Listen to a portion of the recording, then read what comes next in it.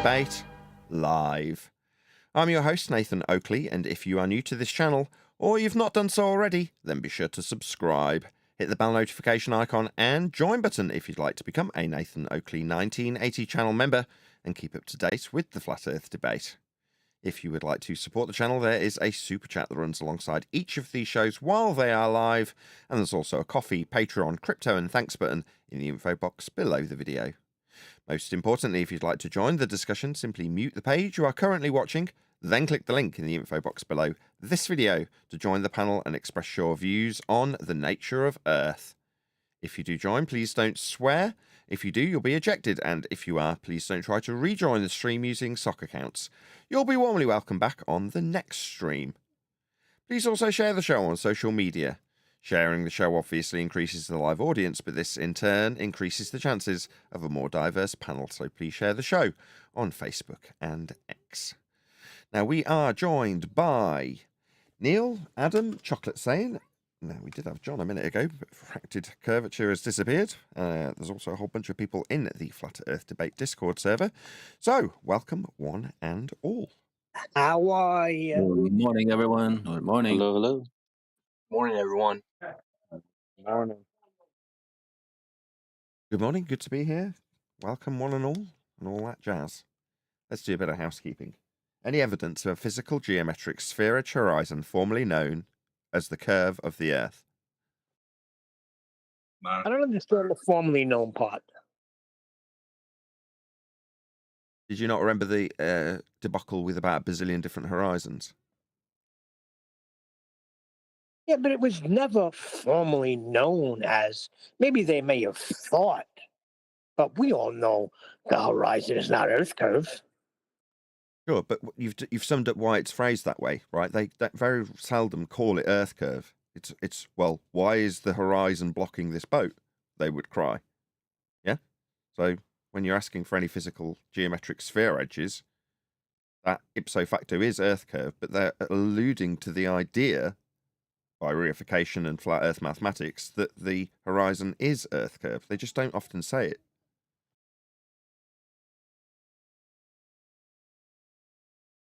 It's a good question to ask. It's formally because they used to say that there was Earth curve, and we were like, "Where's your geometric horizon?" And they were like, "No, we never claimed that." Yeah, Me clap. exactly. Like I said, the debacle with all the different horizons, it used to be as cut and dry as the horizon's Earth curve. Now, well, no, we don't really see Earth curve. The geometric physical horizon isn't capable of being seen. It only exists in the maths. Factually accurate, but they're basically relinquishing the idea of their magic trick that the horizon is Earth curve when they tell you that it isn't, and then offer you the mathematics of Earth curve geometry with a layer of nonsense refraction derived from flat Earth measurements in terms of how you describe it in actuality. Not applicable to their maths because they're using 7/6 of a radius value, a derivation of the geometry in the first instance. So they're going to need a geometric sphere edge. Hence us asking, any evidence of a physical geometric sphere edge horizon, formerly known as Earth curve? Neil. Oh dear. They literally need math to dictate what it is they're seeing, right? Like the clock. Depending on the math, it's either a clock or it's not a clock. It's actually a refracted clock or it's a clock. Depends on the map. Seems to me only anti-flat earthers say it's not Earth curve, whereas Globers who don't even know anything about flat Earth will tell you it is Earth curve. Exactly. Like a teacher in high school. Exactly. With a care for flat Earth or globe Earth discussion, you just assert the horizon's Earth curve. No issue. None whatsoever. You fall down the hill of, oh, what, there could be something to question here about this whole globe Earth in a sky vacuum moving around the sun dealio. There's people saying it's flat. Let's have a look at this Earth curve, because that's the proof, right? Well, nobody's claiming the horizon is Earth curve, end quote, Tim Osman, hardened globe believer. Black Swan. Yeah, we debunked Earth curve in 2020.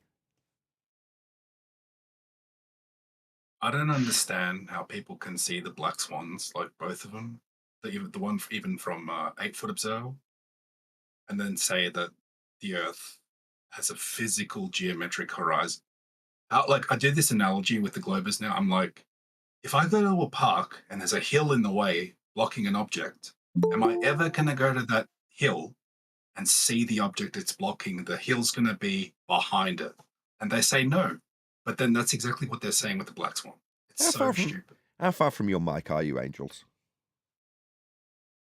Is it too Miles. loud or too soft? Just a bit sounding like you're too far away from mic. Just get 3 inches closer to your mic. Anyway. All right. You just sound a bit distant, that's all. It's fine. Anywho, any evidence of axial rotation of the Earth-based variety, of course? Well, we're moving now. Nope. The sky moves at different speeds. Sidereal day, solar day. So good luck with that one. Of the Earth-based variety? Oh, no. You're going to need a flat plane for that axis. No, that's why we have our seasons. Isn't that the reason why?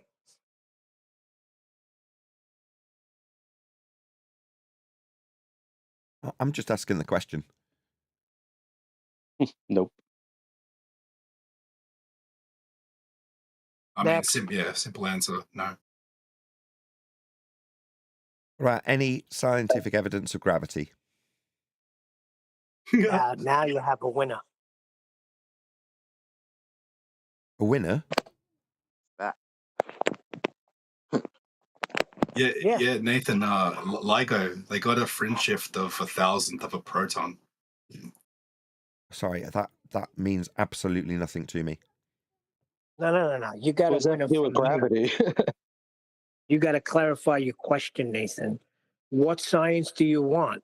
The academia science or the, practical 5th grade science? Which one? Science is science. When you're talking about science, we're talking about physics. What is physics? It's the study of the physical and natural world. So when we say science, obviously, when we're talking about Earth, we're talking about the physics of Earth. That's natural science. Natural science is establishment of cause and effect based on a naturally observed phenomena, a prediction for what will cause that phenomena, and an experiment to validate your suppositional causal influencer. That's science. And when I ask for scientific evidence of gravity, there is an illusion that there's a phenomena to study and an explanation of cause therein. Therefore, when I ask for the scientific evidence of gravity, I'm asking for natural science and adherence to the scientific method. Then you're not going to get that. I mean, if everybody could observe gravity, we'd all be able to observe time bending in a 4th dimension. That's right. And I've never observed that, and I don't think anybody else has. Well, you can't. What's the phenomenon that they claim? I mean, they don't even there isn't have one. Both of those things that were detailed by Wandek were conceptual. You're talking about a geometry, pseudo-Riemannian 4th space geometry. That's mathematics. You're not going to see that, right? It's maths. Okay, it's a language. That's absurd for the first part. The second part was time dilation, time bending. Time's a concept. So you want to see the concept described in maths with a pseudo-geometry. You're going to struggle, and saying, well, no one else is going to see that, well, you can't. So nobody can claim that's scientific then, because you'd first of all have to observe something happening in nature. Correct. And if it's just a concept, then you would never observe that in the first place. That's correct. Yeah, but Nathan, But not all things go down in nature, though. That's the whole thing. Hold on, I heard things go down in nature. I'm just looking up at a few clouds. What's the dealio there if things go down? No, I said not all things. Like gas molecules not all don't have a things. directional bias. No, Right. I'm not going down right now. So no, you're right. Who said anything about things Also- going down? We're talking about the bending of a concept. 110 years ago. yeah, well, Whoever's I off think I mute- might have proved. Hold on, let me just get control. Someone's coming off mute in G+ and causing a bit of audio chaos, and I can't catch. My eyes aren't quick enough. Anyway, go ahead, Angels. Well, I'm in Australia, and it's Wednesday, so I might have proved time dilation, maybe.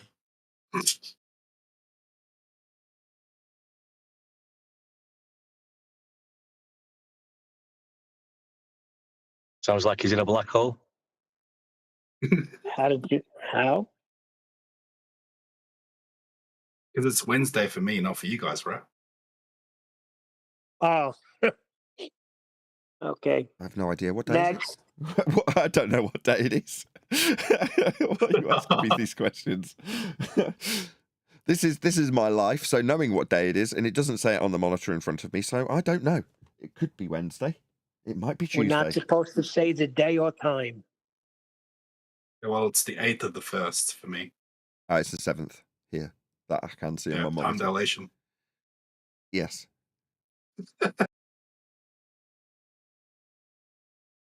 Next. Meanwhile, any single viable Today hypothesis. is Ballbusters. This is Tuesday. Oh, this is QE Live tonight then, unless it's been cancelled. Not Yes, supposed no, to say it hasn't. time. I love QE.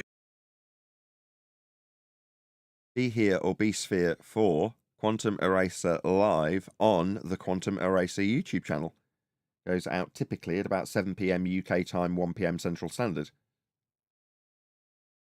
I heard about that guy. He's supposed to be all right? Ooh, Quantum Eraser, total shill. Lies about science, proving things and stuff. Oh no, that's me. Sorry. My bad. That's me. Getting confused with who's being claimed to be what. A bunch of scammers telling people how science proves things and showing them how it proves things and leaning on the advancement in humanity based on scientific proof. Bunch of scammers that we are. How dare we? No, we're toxic and we cause people to leave communities. Yeah. In that regard, I'll put my hands up and say guilty as charged, because I could not give a toss about the people being purged currently. It seems Neil's alluding to a conversation in the pre-show. He read out a disclaimer that was passed on via Mark Sargent, as I understand it, but it came fourth hand, that is to say, from Mark, from Patricia to Mark, to Adam, to Neil, to me, now to you, the audience. It's about sixth hand. You know what I mean? But in any event, we've said all along there's going to be people that get purged from the community as a result of TFE. They're all dropping like flies. It's the dust that is currently settling, or at least starting to. And Patricia Sears made a declaration that the community is too toxic. Like, what? Do you think that's going to be heard in the massive dust cloud that's been left in the wake of TFE? No. What are you doing? You're going to jump on the purge wagon? No worries. We'll still be here like we were when you buggered off last time. So that's just to make sense of what Neil's saying. Yeah, but it's good to No highlight the backbone. hypocrisy and the double standard. No backbone. No, it's not only that, Flatsy. It's hypocritical because nobody said nothing when people were attacking us over here. Nobody said a word when Nathan was called a scammer. These same people that are leaving because it's toxic never once went to bat for Nathan. But now that these heroes that went to Antarctica came back in their own community, people that subscribe to them are questioning them. Now it's time to leave because people are toxic. Come on, you hypocrite. Okay, but we're only talking about Patricia, right? Yes, at the moment, this second, yes. Okay, well, she really intends to employ this histrionic behavior. So I'm not interested in somebody that's trying to do that. So Yeah, I agree with you, but I like to I'm- highlight it. I don't like all the drama that she brings to even like talking about something simple. It just seems like a attention grabbing. Histrionic is an adjective that means dramatic or theatrical, and can also refer to a mental health condition called histrionic personality disorder. Are you a medical professional? It sounds like her, though. I just don't like Well- it when people do that, like that kind of like intentional, being dramatic on purpose. Like Are you it's using it it's as just I see, you're using it as an adjective as opposed to a slur using a mental health condition. Histrionic means very Right. Well, emotional. just kind of and- observing something. Yeah, I like it when people use words that I'm not particular. I know the word, I'm just not that familiar with it. Histrionic, I'm just reading the definition as an adjective. Histrionic means very emotional and energetic, but not sincere or without real meaning. For example, you might describe someone's outburst or display of grief as histrionic. What, like the trauma of leaving this community based on people calling each other shills, that kind of grief. Very appropriate terminology. I love you, Flatsy. You're proving more and more useful. It came to light when we were doing the book, and Flatsy, sorry to talk in the third person about you, suddenly started piping up with grammar Nazism, which I adore.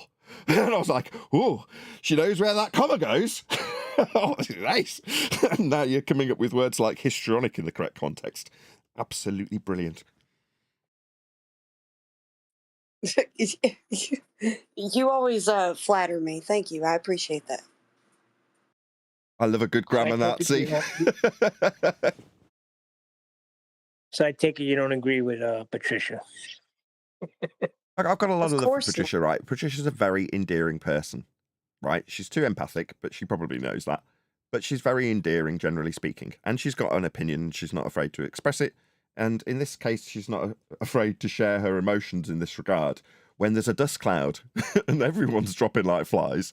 So without offense, it's like doing it during this particular moment. Number one, it's the second time it's happened. So it just makes you look more and more fickle. So, you know, oh no, you're off again. So Yeah, but it just seems like people are not, she's not paying attention, really. That's all I'm drawing attention to, that people are not paying attention. I did that Stop yesterday, paying though, attention. highlighting my plight. And oh my God, she wasn't there when I was being persecuted as a scammer. Yeah, it's still happening, Neil, right? What was it? The stream from Jaron was 2 or 3 days ago.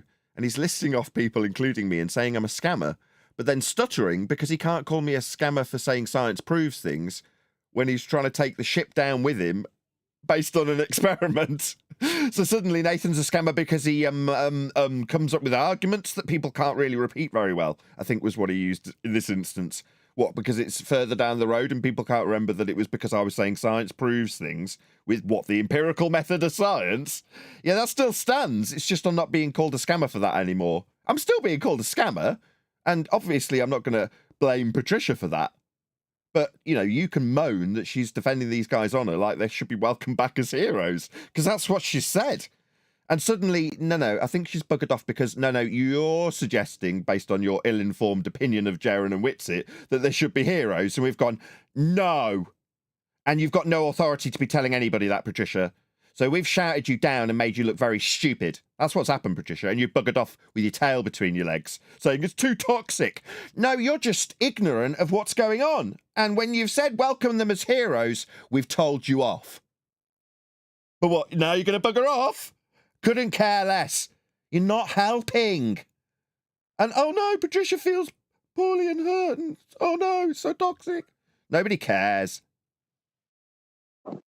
Well, to suggest that they're heroes after they've been exposed of lying and being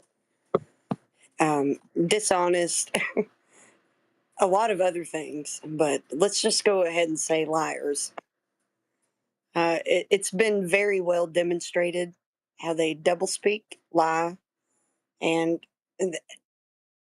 the type of behavior is just appalling. Well, the problem from her perspective is she doesn't have good counsel. What have I been saying to the people around me? Don't get into the dust storm. I know we're all moths, conspiratard moths, and this blue light is so alluring to jump in and start talking about. You can't help yourself. I'm no different. Brian's no different. We've had a chuckle about it, right? We can't resist it.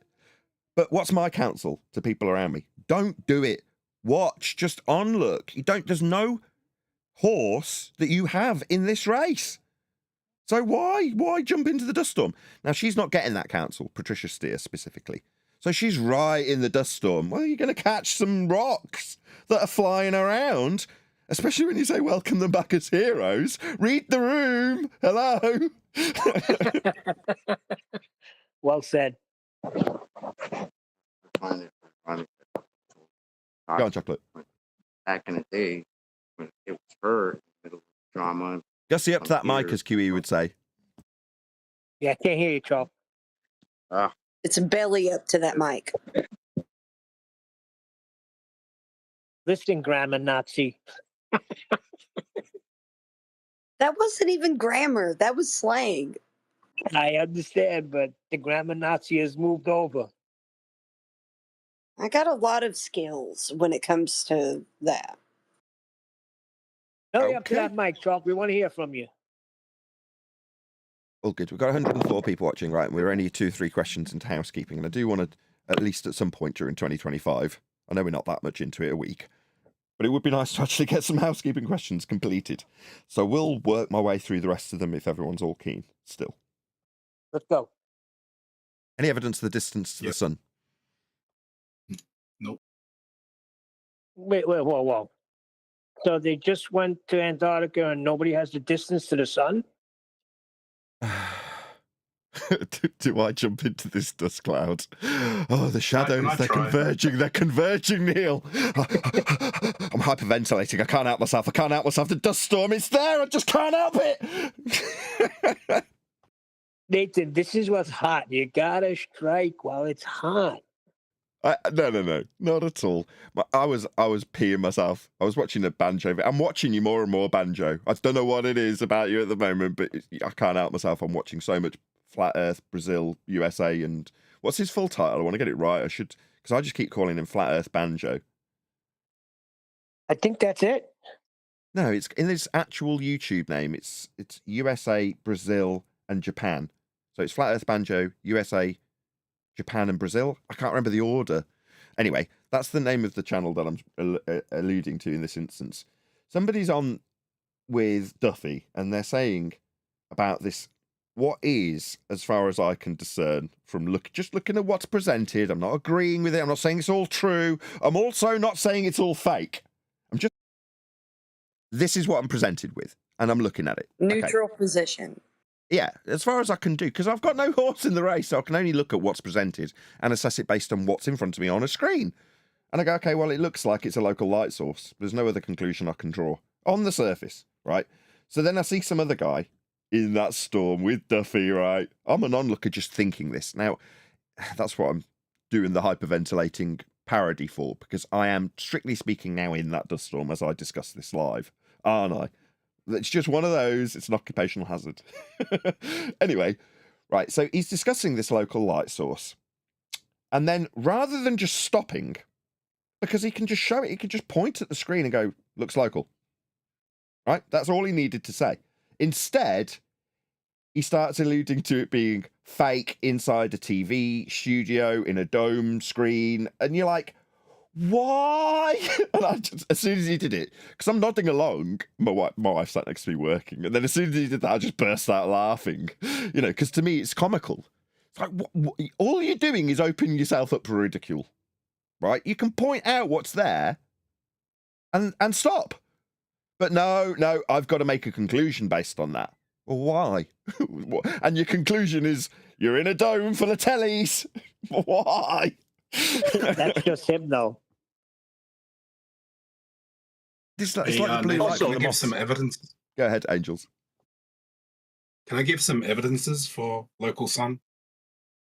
The crepuscular rays, when we see them, we're actually looking perpendicular to them. So when you look perpendicular to the source of the rays, you're taking away perspective from the equation. It's similar to how they'll give you an answer What of, the hell oh, are you yeah, babbling well, about? train What's the tracks sun? converge. What's the sun? How far is it? I don't know. Why are you making this assertion? Why am I making what? You're making this as a positive claim. No, I'm saying it's local. I don't know how far away So it is. did I but know did I hear a vague whiff of the word if? Did I hear that? How far is it? Wait. Oh, I have no idea. Couldn't tell you. All right. So why are you making this positive assertion?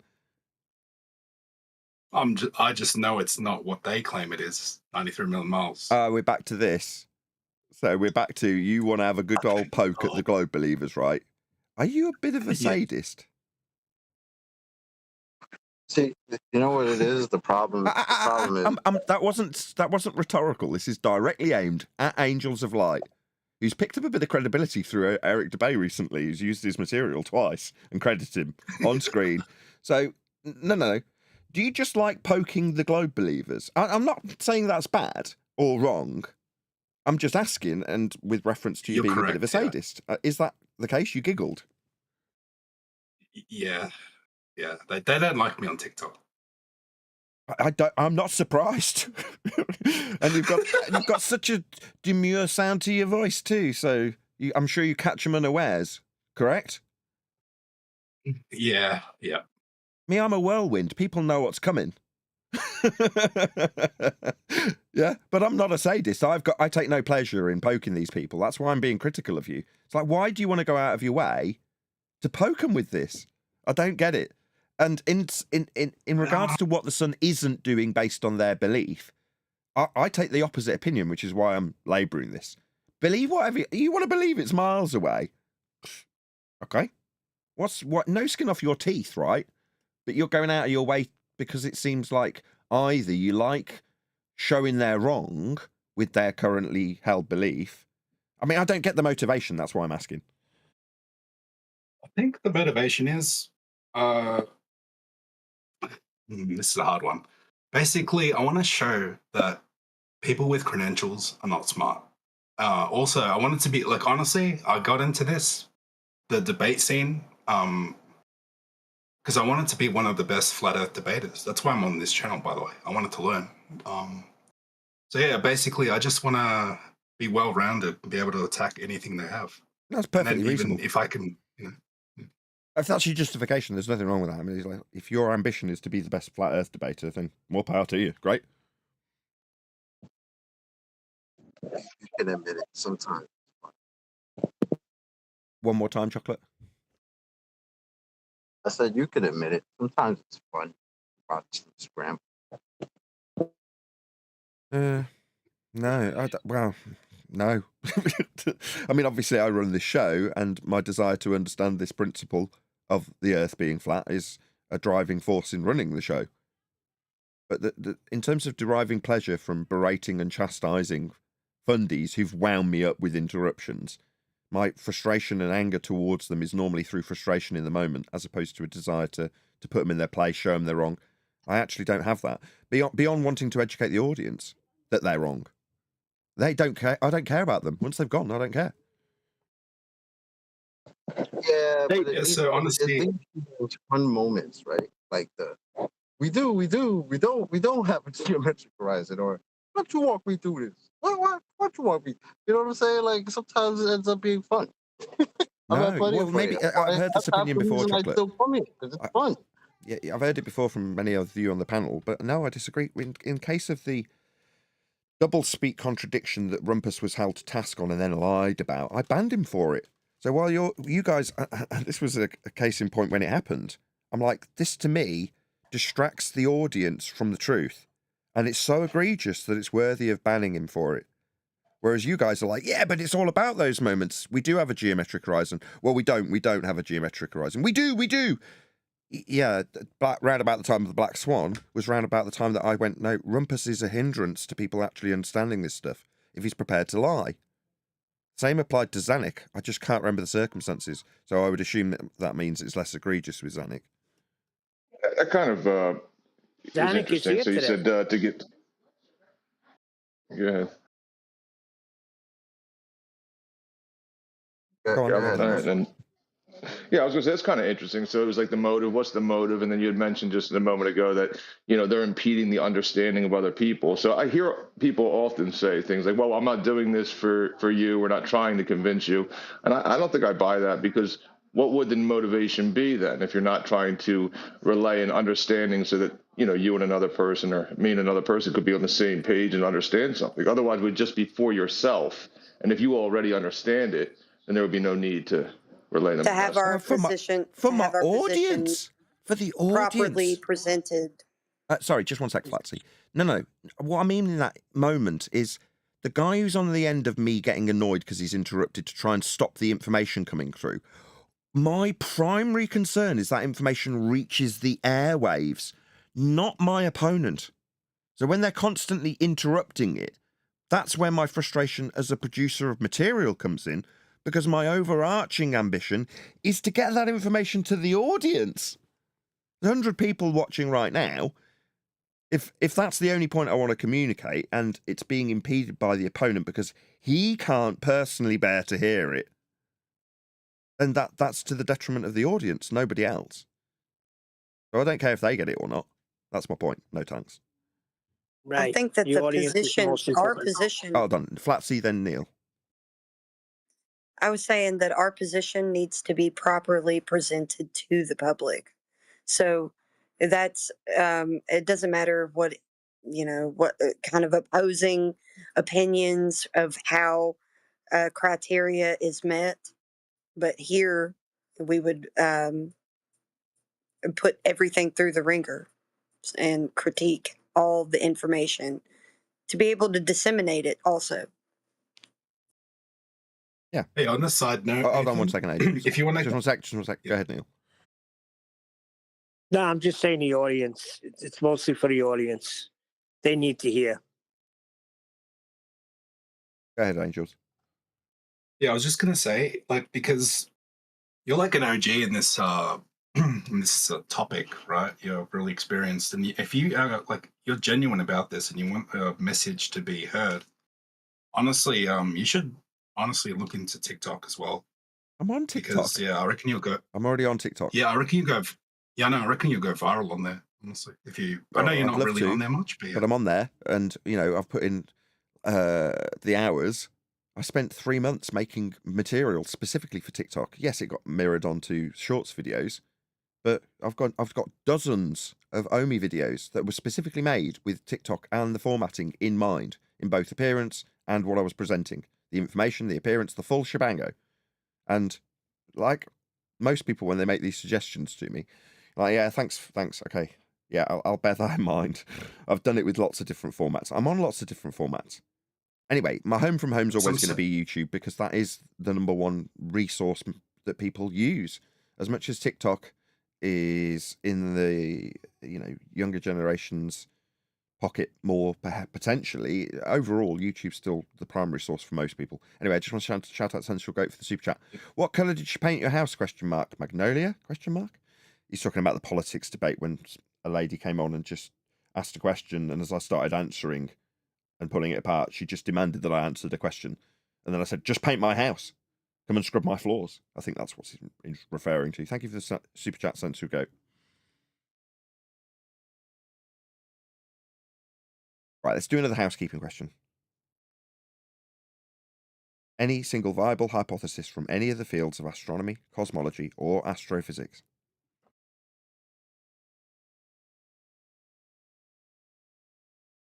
Sorry, I don't understand the question. So, what do you mean? I'm glad you said that. I'll slow down the question. I'll just repeat it. Any single viable hypothesis from any of the fields of astronomy, cosmology, or astrophysics? I would By write that down. hypothesis, you mean? And not science. Yeah. Oh, okay. Yeah, no, it's not science. Yeah. What am I asking for? Very pertinent. I believe you asked. Yeah, I A believe you're viable asking for hypothesis. Viable hypothesis. yeah, scientific method. Asking specifically for a viable hypothesis. What's a hypothesis? It's a step in the scientific method. Yeah, but what is It's it? Yes, it is a step in the scientific method, but what is it specifically? A hypothesis. a cause and establishing a question for cause and effect. Is It's that? a prediction. I'm not really sure how to put it. Yeah, Prediction. It's a scientific prediction. A hypothesis is a prediction in science. It predicts what you think, it's suppositional in nature, it's not yet proven, what you think will cause the effect that you're studying. It's your predictive suppositional statement in science. That's what it is. Now, the reason it's pertinent is because this word, prediction, is being bandied around after the fact by TFE and the people who've watched it. Like they've got predictions that have come to fruition and they're doing experiments. No, they're all frauds. Because predictions in science are hypotheses. Hypotheses are the establishment of a suppositional causal influencer for an effect you observe in nature. That's an independent and dependent variable. Your dependent variable is the thing you're studying. Your independent variable is your suppositional causal influencer. What you think, when varied, will cause the effect. It's stated as if A, your causal influencer, then B, the effect you're studying. That is to say, if you vary A, you will cause B to happen. Now, alongside that, you have a null, which is to say, if you vary A, the thing you're trying to induce will not happen. That's a zero difference result, null. Now, upon variation of A, only one of those two things, those two outcomes, can occur. Only one can be true. Either A will cause the phenomena you're studying, or it won't. If it doesn't, if A not B, that's your predictive statement in the null hypothesis, is proven true. I'll just say that once more. Proven true. A did not cause B. Tick. You varied A, nothing happened.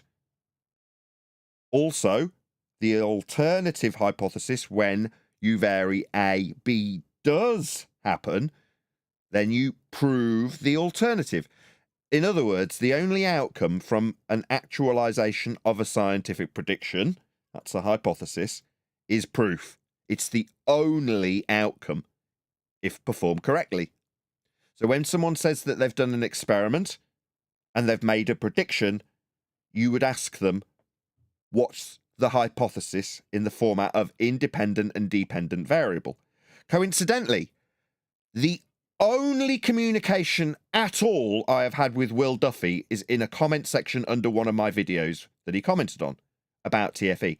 My question, my only communication with him in response to his comment was, what is the hypothesis for TFE?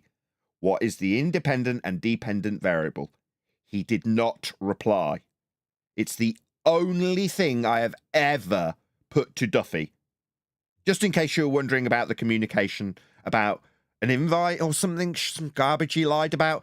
Yeah, I've already had the moles on the case that question my integrity when I say I absolutely, without question, have never communicated about a ticket with Duffy, the liar, who claimed he'd invited me to a load of people. Now, subsequently, I responded to the open idea that there's an invitation out there by pointing out the affirming the consequent formal logical fallacy used by TFE when they assume that they're going to the bottom of a ball to observe something, a phenomena that's yet to be observed, like step one in the phenomena method that we're talking about now, that would have a prediction. They're also bandying that word around. But I asked him, Duffy, who's now talking quite a lot about predictions, what his hypothesis, that scientific prediction, was. He didn't answer me. It's because he's a liar. What he did do is go on to lie about offering me something that I turned down in communication with him. People are asking him for that string of communication. It doesn't exist. Duffy's a liar and a fraud. You'll never get it because it doesn't exist. He didn't offer me Jack. His claim that he did offer me Jack is also untrue in a different regard because there was nothing to offer. He hadn't validated that he'd got a ticket to offer me. Apparently it was a scam he'd fell victim to with a ticket he didn't even offer me. So just to make that all clear, Duffy's now lying about predictions. In science, they're hypotheses. That's why we ask this housekeeping question. It's not about guns. It's about scientific empiricism that would be offered when you say you're doing experiments. Duffy doesn't have that. He is a fraud and a liar. Well, then, no, you'll have no viable hypothesis from any of those fields. Yeah, likewise, TFE has no viable hypotheses to offer. I've asked Duffy personally in response to a comment he left me. It's the only communication we've ever had. It was specifically about predictions. Seem to like using that word quite a lot, eh, Duffy? Predictions, well, like hypotheses for experiments. You don't have those, Duffy, you're a fraud. In more ways than one. Yeah, you can't silence the sky. It's all you'd have to, you can't isolate anything. I heard earlier in the pre-show people saying, is this 24-hour sun a phenomena? I'll take it as being a phenomena, no worries. Now let's see you formulate it into a scientific prediction with a null and an alternative. And then let's see what your independent variable, supposed cause of the effect is. Now let's see you vary it and induce the effect. Oh, you've not done any of this. No, you speculated about whether or not there'd be a phenomena to observe. It's absolutely pathetic.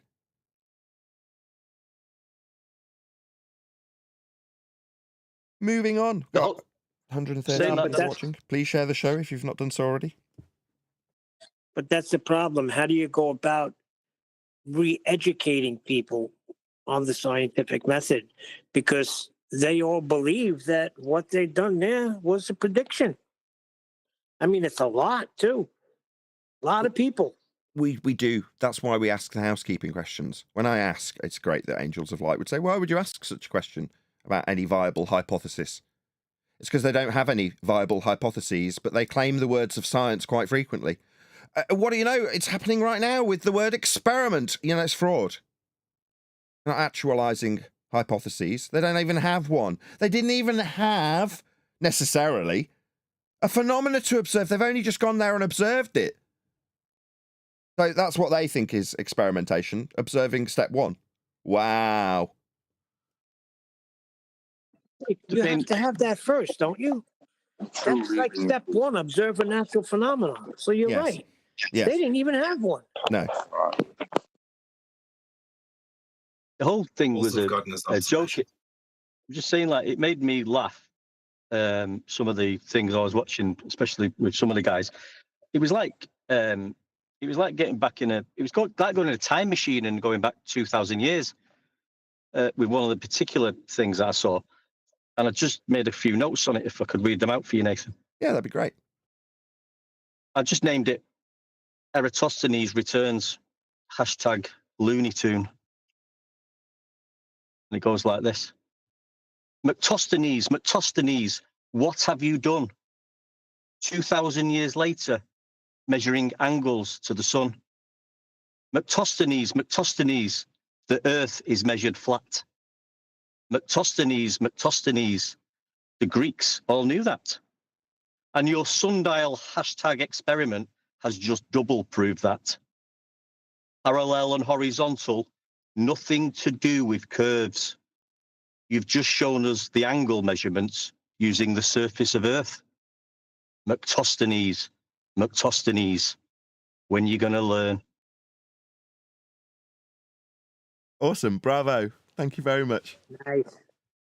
Is it McToonstones? Yeah, Mactosthenes.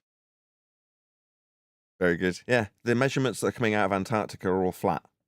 Like on screen now, elevation angle measurements to the sun with respect to a flat plane. That's how they've been measuring Earth. Which we knew before they went. We also pointed out that the journey to Antarctica would be with respect to a flat plane with pitch data. I mean, they weren't particularly helpful when we suggested that they could prove how they'd be travelling antipodal as opposed to just assuming it in a fallacy. They didn't really listen to that either. They just said, oh, no, you've got to tell us that the azimuthal equidistant projection will be debunked in this process. Like, why? Shouldn't you be proving that you're travelling antipodal as you're assuming it in your fallacy? They just ignored Brian, so Brian went and acquired it through different means. So they travelled over a flat plane to get to Antarctica, and then measured Earth flat with elevation angles to a sun that went around them for 24 hours.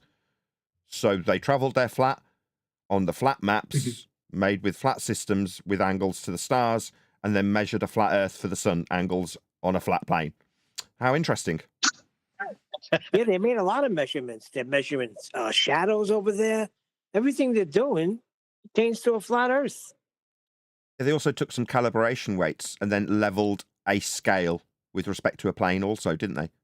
I mean, they didn't allude to the fact that that violates the in and out the globe would need if they're to assume it after deriving the globe that they're believing in based on the flat Earth measurements to the stars again that we just mentioned 3 seconds ago. Yeah, they didn't do that. They just levelled their tools with respect to a plane.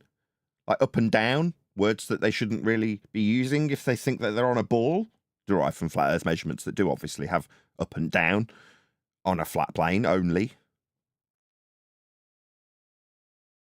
These people are numpties. Yeah, the attitude indicator there that they were using in that plane, I don't think it changed orientation, Nathan. We can show that with NTSB data for a fact. It's not like it's in question or debatable. Bosh! Pitch Oh, yeah, I data. use that all the Earth's time. measured flat. Well, all The the Greeks mounts all that knew. they had there too, they all had to be leveled. I see a lot of cameras on tripods. What, Oh, like equatorial I think planes Jared- mounts with respect to equatorial planes? They'll need equatorial planes for those. They're measuring Earth flat when they track the sun with their equatorial mounts. With respect to a plane, yeah, they are, Neil. Yeah, they just don't realise how stupid they are. It's on screen now. They're describing Earth projected up through the points they're measuring the angles from after Haversine conversion, and then using a tool that's with respect to a plane. They're just idiots. Also, the camera tracking the sun is moving, so sun's moving. Said it earlier, axial rotation. Yeah, you'll need a plane for that axis, won't you? Oh, what, the equatorial plane? Yeah, shocking, isn't it? Yeah, you'll need a flat Earth for that, dumbos. Did you think that any of the measurements that they'd actually come back with wouldn't lead back to a flat Earth? Oh, no, they all do. Like we've been telling people for the last year, all roads lead to a flat Earth. 2 years, actually, in that regard. No, Nathan, you just don't understand large spheres. Yeah, I don't understand. Karen B seemed to be alluding that I'm not the only one saying Earth is measured flat with examples. I mean, clearly people like Karen B got this notion of Earth being measured flat in that dogged determination that I assert those facts and then lay measurements like pitch data on the table. Bosh! Because what Jaron's talking about, Home Depot Earth, and how it's so big we measure it flat. Now that sounds pretty much like baller rhetoric. It is, and I was really Now it's disappointed. been Like I displayed thought it was why. going to be different than that, but talking to him was like talking to a baller. And then he also tried claiming that him changing location was his independent variable. So if Jaron moves, then sun does this. You know, it's stupid. Yeah, a lack of comprehension when it comes to science. But formerly, I was labelled by Jaron as a scammer for trying to educate Jaron in science and the scientific method. And now, what is the result of that? Well, they're out there scamming the world with this experiment. Jaron's complicit in this. He's just as big a fraud if he claims it's proving things. Not that Jaron believes in proof. What a clown. I don't know if you've seen this video, but I posted it in Master B. It's like a little over 12 minutes. I think it's like 12 minutes, 30 seconds. It gives you an interesting understanding of how our eyes work with certain kind. I would just watch it. It gives you a good perspective of how we see like certain ways when our mind will connect certain dots that may or may not be there, but they are there. I'm just saying. You should look at it. It's great. Very, very useful, it turns out. So this is the horizon line, which is a line that you've looked at all your life. It is a proper line, and the dual quaternions can represent this line. You might be compelled to say that, oh, the horizon line is more like a circle, but no, if you look at it wherever you go, it's always a line. It's always a straight line from your point of view. Another example of a line like this is sort of the Milky Way in this rather beautiful picture. This is the Milky Way is in some sense extremely far away, right? We're talking about a line here that's so far away that when you look at it and you move yourself around, it doesn't appear to change its position from your point of view. All right, and let me try to give a reason why we might want to care about quaternions as opposed to using vectors for everything. Here I've got a random pattern of dots. I promise that they're random. People sometimes get suspicious. They really are random. Here we've got the same random pattern of dots, and I'm going to lay them on top of each other very, very carefully. All right. And you're going to see, when I do this, once again, the same random pattern of dots. Very, very, very boring. But now I'm going to move it, all right? I'm going to perturb it slightly. So we get, oh, did I move it in a special place? No, let me move it again.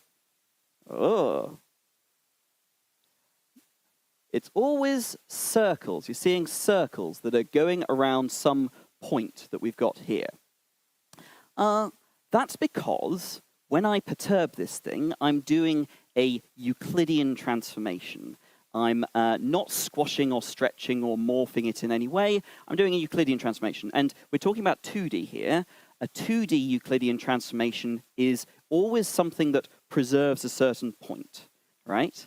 There's an optical illusion going on. Like if I make it go really far, it sort of disappears. Like here, right now, the circles are getting smaller and smaller, and they're getting bigger and bigger. But here I can make them small, and then it disappears. It's still a rotation around this point here. Pardon me. He's talking about circles. There are no straight lines on the globe. Why is he talking about circles? I was going to ask the same thing. What does it remind you of, though? Like, think about what you're looking at and what it reminds you of. Okay. Kind of how our eyes will perceive things like that. How we'll see circles where there may not even be circles, just kind of an optical illusion. Yes, I agree with that because my wife was just saying that the other day. How come when you look out, it seems like it's a circle?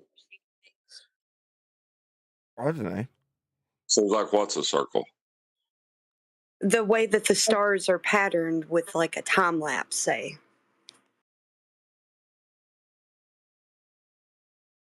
Because they spin in circles and they don't intersect.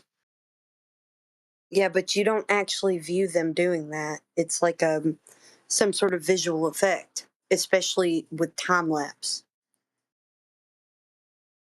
I see what you're saying. Everything spins around Polaris. It as far as we are concerned, in an analog fashion, it does move from our perspective around about a point in the sky. So you're saying because of the time lapse, when you've got it all joined together, it makes this illusion of circles. No, you're only seeing each point at a singular point at any given time. In the same way, if you're going to describe the wandering stars as being a wandering star, then you've got to piece together a motion that you're not actually observing at all. You're piecing it together from the following night's information and then the following night after that, and where they appear with relation to the pattern, and then describing them as wandering stars. But you're suggesting that, well, we don't get that, but here's how potentially this illusion could be created. I mean, yeah, I'll go. This is interesting. Can I submit something real quick? Well, it's an interesting correlation. Go ahead. I'd like to submit this. So this video will give you some demonstration of what a rotation versus a translation is. So you'll see where something will appear to be a straight line, but it's still a translation around the point. It's just kind of like an optical illusion. So I would implore you to at least watch a little bit more of it. But yes, it's just a way you wanted to see it. But I can do, there's a funny trick that you can do with this, all right? So I'm going to start out with the center of rotation here, and I'm going to do a move that's going to cause it to end up over here, all right? I'm going to kind of rock it from side to side. I want you to, and we're going to think about what happens in between, all right? So here we go. Oh.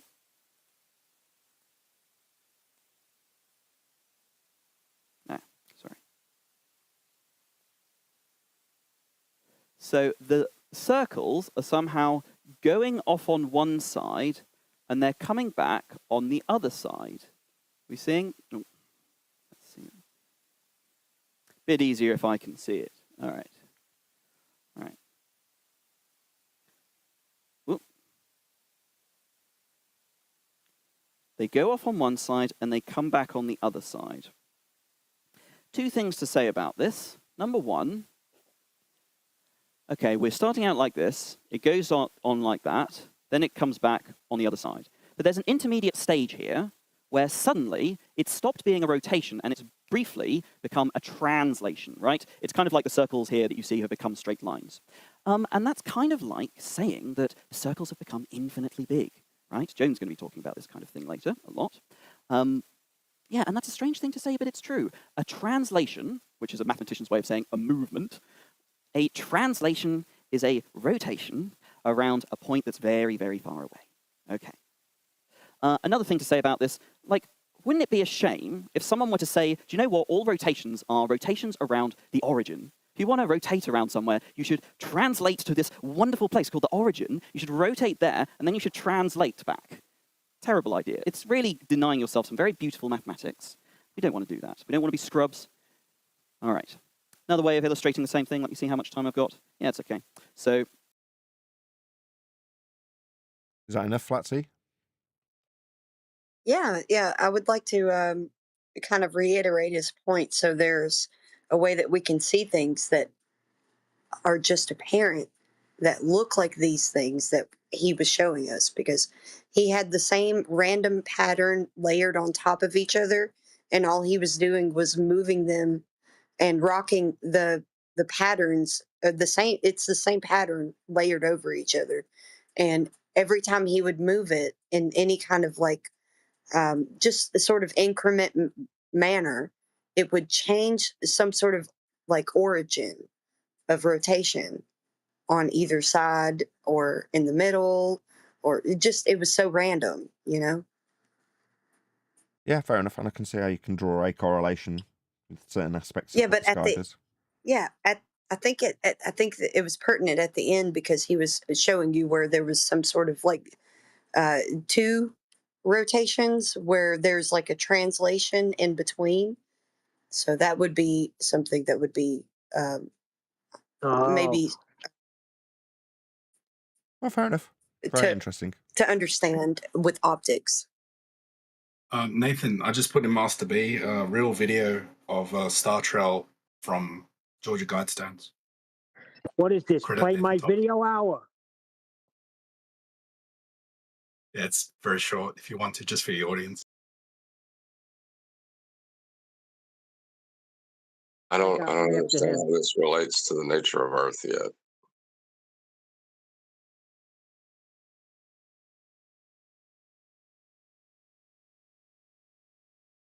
Want to talk about latitude? I'm going to find the video. I want to play something too now. But Yo, this what's is up, John? Happy New Year, brother. What's Happy my New video? Year, Chocolate. What's up? Yeah, thank you. I've played that. Yeah. Before the Georgia Guidestones were smashed to pieces, there was a hole that you could look through Polaris and it doesn't move and stars move around it. Yeah. It's the basis of the latitude system. Wait, what was Can that? I do a shout out real quick?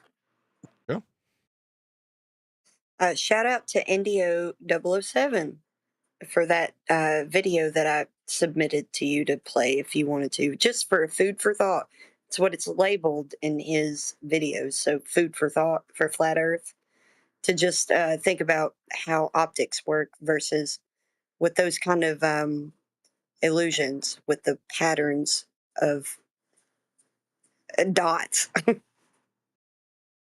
Yeah, I put it in the live stream chat. So if you want to go and check out Indio, I should say, 007, then go and check out Indio. Then go and check out his channel. It's going by in the live stream chat. Don't dare mispronounce his name, Nathan. Try that a third time. It's going by in the live stream chat now. So go and subscribe to Indio 007. As I say, you can click on the link. Go and let him know at Nathan Oakley 1980. Sent me with a polite comment. He is a friendly. He's on our side. Or not if you're a Globe believer. But either way, be polite to Indio and just drop him a sub, give him a like, leave a comment, and just let him know I sent you. Yeah, thank you, Flatsy. No problem. I've been looking into it too. It's so great to kind of look at that kind of information with where we are today. So, Cool. Is there any evidence of a self-perpetuating molten iron core at the centre of a presupposed spherical Earth? No, We need half of that, mate. it violates. It violates the second law of thermodynamics. So good luck with that one. And there's the Curie point, which, yeah. What is a molten iron core? Yeah, you will need half of that, whoever said that. It's just some made-up nonsense. Yeah, true.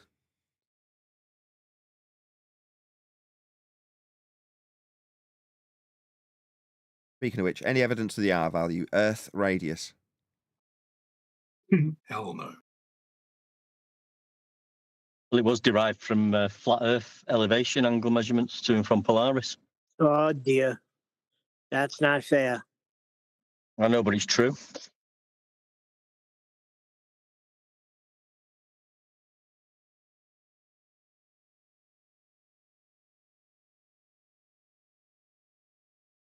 Did we cover all the housekeeping questions? No. Any evidence you can have gas pressure Oh, please, please. any evidence you can have gas pressure without a container? Nope. The definition of gas pressure would be the particles exerting a force on the walls of its container. But outer space is fake. There is no sky vacuum for men to be floating around in. Orbital motion derived from flat plane measurements, no? Nope. Yeah, but they seem to keep talking about Mount Everest and gradients and things like that. And they're not comprehending that without containment, you're not going to have any of that. Always talking about pre-existing pressure that we have already. Yeah, even if it's a gradient, it would still require containment. The only way to Yes. have a gas pressure gradient is with containment.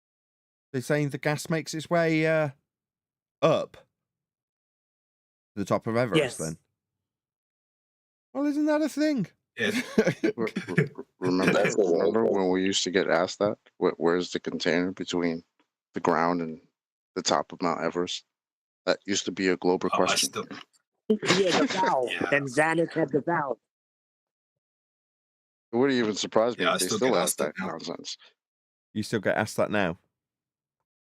Yes. And I have See to what I mean? explain to them how. I have to Yeah, that's explain what to I'm talking people about. how gas pressure has a direct correlation with temperature. So Mount Everest, cold, less air. It's one of those that if you were in their presence, you'd just fart. Okay, just smell that gradiating. Do I need a container? Yeah. You know Oh, what boy. analogy I do is you could say fart, but I say spray a Lynx can or perfume or whatever in a car that's closed. The gas spreads out in all directions, fills the available space. You smell that perfume everywhere in the car. You open the window, the gas goes out and equalizes with the gas outside the car. Now, we're breathing air right now, and it's supposed to be next to a vacuum of 10 to the minus 17 torr, but it's not equalizing. So that violates the second law of thermodynamics. Absolutely. I mean, it's the same example, you realise. The perfume is no different to flatulence. It's just that when you disgust sensors kick in, it gets people's attention. As much as I'm not necessarily a big fan of using toilet humour, it's just a gas dispersion example. But like I say, suddenly it pricks people's ears up because their intention is to be slightly disgusted by what's been said. That's good in a way. It gets their attention. But perfume dispersing throughout a car? Yeah. And when you example it with, well, what if there's a gas pressure differential? You're like, yeah, it would all get sucked out of the car, wouldn't it? Yeah, another one I do also is get a vacuum chamber, stick it to your ceiling, make it a vacuum in that chamber, then break off the lid, and air equalizes, rushes in straight away into your ceiling.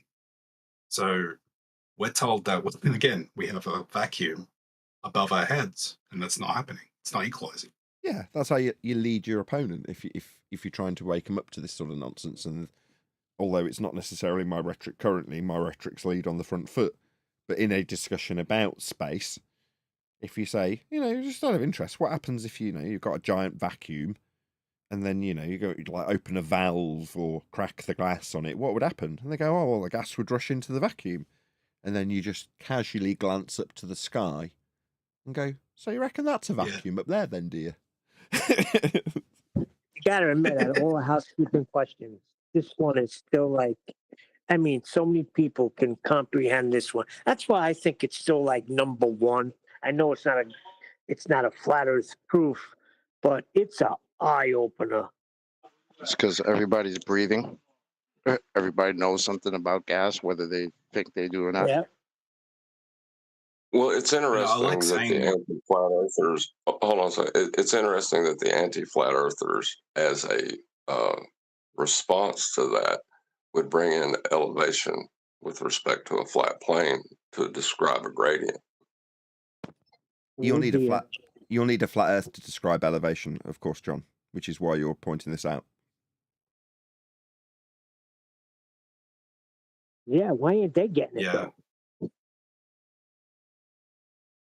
How high the gases are with respect to sea level? Up in a Dude, direction I had only a- describable They really perpendicular just to a don't plane. get delta X. Rumblings, everyone's keen. Right, angels then chocolate. I had a pilot that I debated, and he told me we fly above sea level, and it takes into account the curvature of the Earth. That's a contradiction in terms, though, isn't it? Yeah. It's it's the dumbest thing ever. And also, when I debate pilots, sometimes they'll invoke the density gradient. I'm like, okay, but the density gradient in your stupid globe religion would be curving as well. So, like, it doesn't help you. Yeah, we don't need to appeal to these pilots anymore in regards to the data, the measurements of the Earth's surface for an aeroplane are measured flat. We can prove that with the NTSB data that we provided from the black box information. The pilots don't have access to that. Yeah, so I wanted to ask, right? So that's the pitch data. The orange line comes from the attitude indicator, right? Yes. Okay. Yeah, great. So, in other words, in straight and level flight, it has a positive pitch of about 2 to 3 degrees, right? Yes. It's literally like the plane's flying a straight line in the air. End of story. Yes. It's and not. yes. It's not flying a curve. Yeah. Well, that's what the pitch data is showing. That's what it's measuring. Exactly. That's how it's presented. That's just ipso facto what it is. It's not a debate. Along with the lift effect. Yeah, exactly. In all fairness, those concepts can't be described on a globe. Damn No. straight. No, it's just nice to I have like them the on argument that- paper, though. John's right. You can't describe these things with respect to anything other than a plane of reference. That's what they're using. That's what it is. But it's nice to have it in black and white, isn't it? Yep. Well, yeah. I used to get Yeah, but I stingray. mean, but the concept itself requires Earth to be flat before you measure anything. Yes. To describe it at Yeah, all, which was always the argument that was being used by Brian, QE, and Adam, and they're absolutely correct. You've got to explain that, have people understand the definitions of the words, and then that's it. You can draw a line under it. Whereas with the pitch data, you'd actually don't. You can subvert all of that. People don't need to understand any of those principles.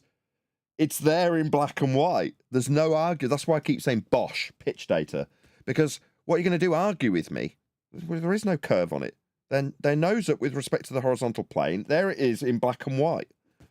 I don't care if you understand it or want to tell me that you've got some delusion about that being curved. No, it isn't on the piece of paper I've just put in front of you. Like it or lump it. Earth's measured flat. Yeah, sweet ginger brown. When you got gin, you lay your cards down. Bosh.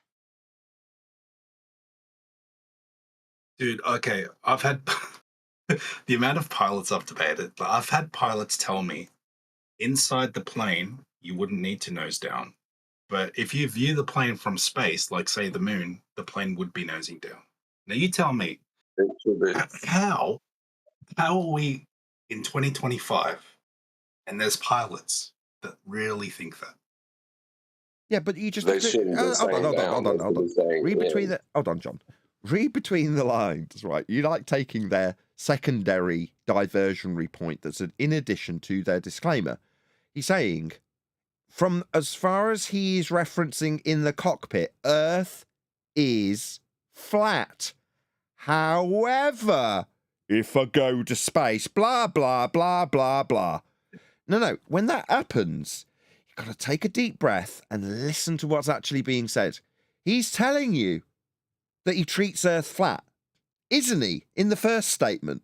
Then he's disclaiming why it isn't. It's a bit like, well, we'd measure Earth flat to build a Home Depot, but that's only because lots of Home Depots on a big sphere would all be flat. Just ignore the second statement a second. So we'll be measuring Earth flat to build a building then? Yeah. So Earth's measured and built upon flat then? Yeah. So the bit after it, where you make up some nonsense about loads of Home Depots being on a sphere Earth, is kind of inconsequential to how we've just measured and built upon Earth. Because those bits are flat. And as far as this pilot's concerned, it's dealt with flat. And his apology is, There's no need to do anything other than treat it flat when we're in the circumstance of being in the cockpit. But from space, it's a big ball. Yeah, no, take the first bit as what he's actually saying. Because those are the bits that he's not outside the cockpit, he's inside it. And his disclaimer from inside the cockpit is Earth is flat, isn't it? Yeah. Like, I always reference the attitude indicator because it destroys the globe. I always say to them, okay, what's the furthest you've flown in straight and level flight with a positive attitude? And they give me, like the last pilot I debated, he said 4,800 miles. I'm like, are you aware of how much curvature is in that? Why? No. Evil. If you were, I'd wrap your knuckles. No. So just stop. So you flew over a flat Earth for that far. Wow, that's amazing how big and flat Earth is. Not how much curve this should friggin' be. What should malfunction? Stop it, you sadist. Yeah, sadist. Anyway, any evidence you can have pitch data on a globe, given that you've led me into it? No. Negative. That's an impossibility. Right, so why ask them about how much curve they think there should be? Why keep them in the paradigm? Why keep them thinking about how much curve there should or shouldn't be? No. You know why? Because it's like they're pilots, and I'm just like a high school dropout, and it's like, yeah, I don't know. He's still got it in his system, man. He's still a little. I know he's like being very honest. I'm new. I am new. It's very. I admire your honesty. You got to take on board what Nathan's telling you. There's a reason why. Chill. You brush past what you just said, right? Can you not hear a slight quiver in his voice as he just disclaimed that to us? Very honest of you, angels. So what you're saying is, right, these people who lord over you their higher degree of education than you feel the necessity to put them in their place because you now know better than they, correct? Yes. That's a weakness on your part. You realise that? I guess you could say that. Yeah. I guess. No, I have just said it. I sniffed this out at the beginning of the show, didn't I, Angels? Why am I asking about your sadistic tendencies in this regard? Well, you've just disclaimed that. Now, I'm not going to poke you for it. In fact, I admire the honesty. Now, you obviously know that this is a weakness, or you wouldn't have been slightly nervous about disclaiming it. I could hear it in your voice. Right? You have some more self-confidence, man. You know it's flat. Who gives a crap what these people... The only reason they're lording it over you, know this, angels of light, is because they're insecure. They wouldn't need to lord it over you. This Indian guy, a good friend of mine, named Govinda, told me this in a different way about cars. When I was talking about going fast and racing people on motorways in the big expensive car that I got. And he was like, why? I was like, because I'm faster than that crap box. He's like, yeah, but you're in a car that's worth 60 grand and it's obvious from just looking at it that it's going to be quicker than that car. Why are you trying to prove that? It's like, well, because I've never had a really nice car before. It's like, yeah, well, that's telling, isn't it? Because you're trying to race everyone. Right? What have you got to prove? You've got a nice car. Stop trying to prove that your car's better. What are you doing? Now, the fact that you know Earth's flat, angels of light, be confident in that fact, rather than wanting to lord it over people who typically would lord it over you. And in so doing, know that that's their insecurity. They need you to know that they're a pilot and smart and know all about how Earth is a ball. No, they're only lording it over you because of their insecurities. They're sharing their pain. Once you know that, it negates the need to feel like you want to prod them and poke them and show how much smarter you are than them. Yes, have some self-confidence, and once you acquire it, you won't feel the need to want to lord it over people. But that, like I say, is a weakness on your part. No offence. That's good advice, actually. Because you're right. It's that monk with the quiet confidence, that knowing. He's not preaching it to you, telling you how enlightened he is. You just look at him and you go, that guy looks enlightened. Was he smiling? Sat peacefully. Do you know what I mean? But it's telling on your part when you try and lord it over them, when you're poking them. Well, do you really believe that means that you're spinning at 1,000? Why are you doing that? In essence, you're keeping them in their paradigm by doing so. That's what I'm trying to get you to appreciate. If you're going to lead with something, lead with the fact it's flat and keep them arguing about how flat it is with demonstrable proof and evidence of that fact. If you can avoid ever mentioning the ball, it's never processed in that discussion. It's not, in their own way, put into their own false dichotomy.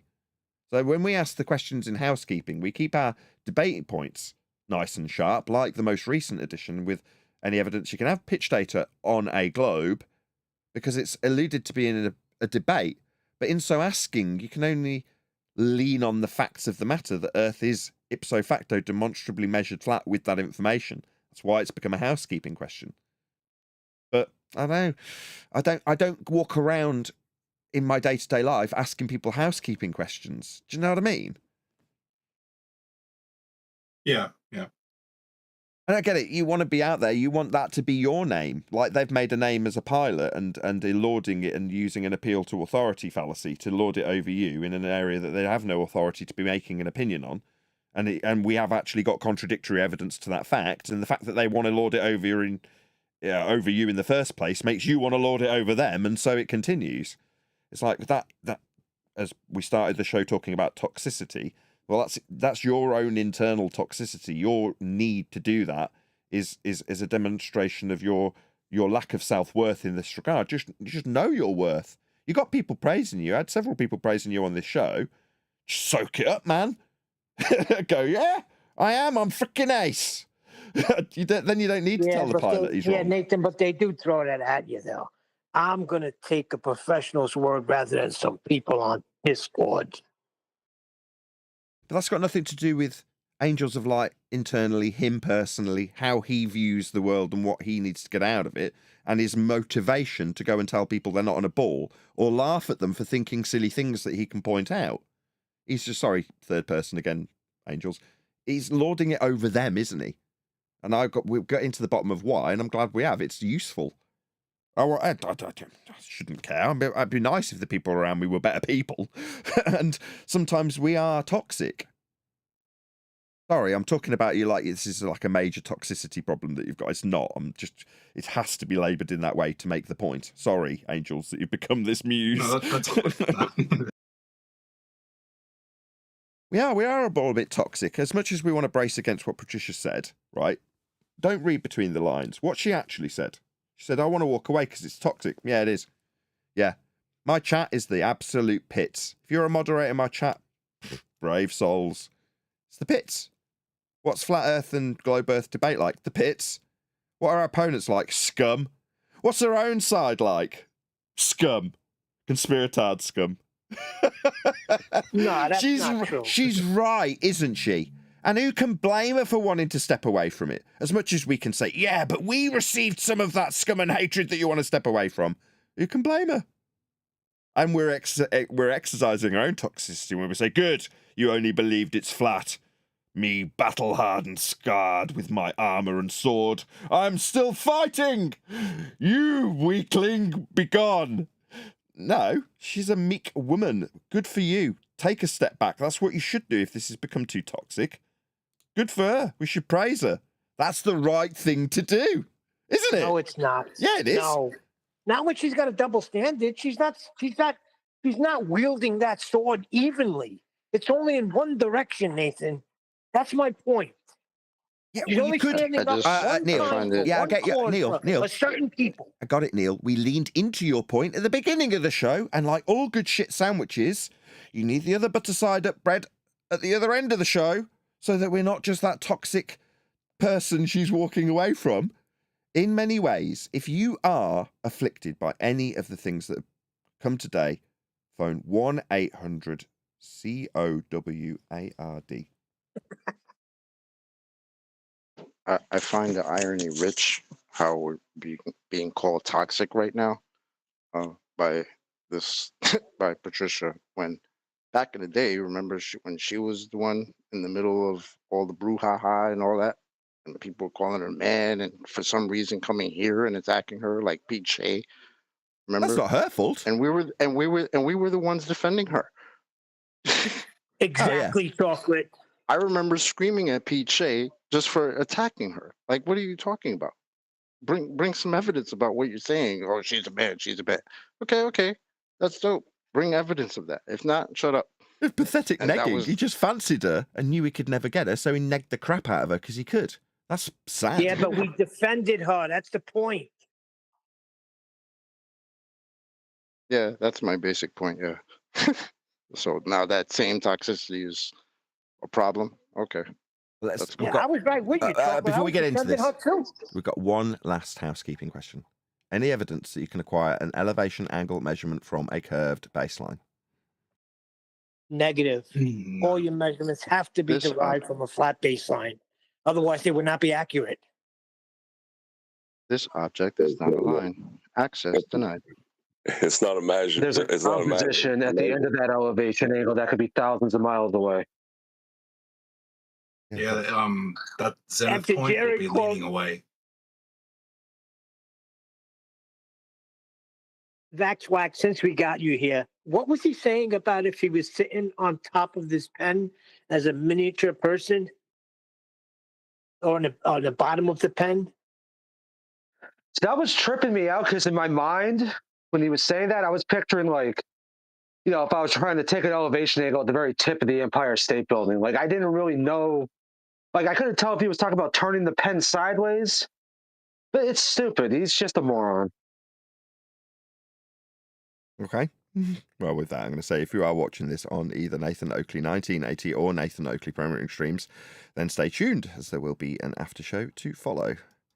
Unfortunately, though, if you are watching this live, this is where we bid you farewell. So, another massive thank you to today's Discord and G+ panels and all of you for liking, commenting, sharing, subscribing, joining as a Nathan Oakley 1980 channel member. Hit me up on PayPal and Ko-Fi and all that good stuff. I've been Nathan Oakley, and I will see you all in the next video.